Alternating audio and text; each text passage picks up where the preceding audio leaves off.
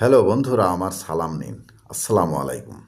আশা করি আপনারা সবাই ভালো আছেন ইনশাল্লাহ, এবং আমার প্রত্যাশাও তাই। সেই সাথে আমার প্রীতি ও শুভেচ্ছা নিন। আজ এ পর্যায়ে একজন বিখ্যাত বিজ্ঞানীর একটা উক্তি নিয়ে আলোচনা করব। তার নাম ছিল টমাস আলভা এডিসন।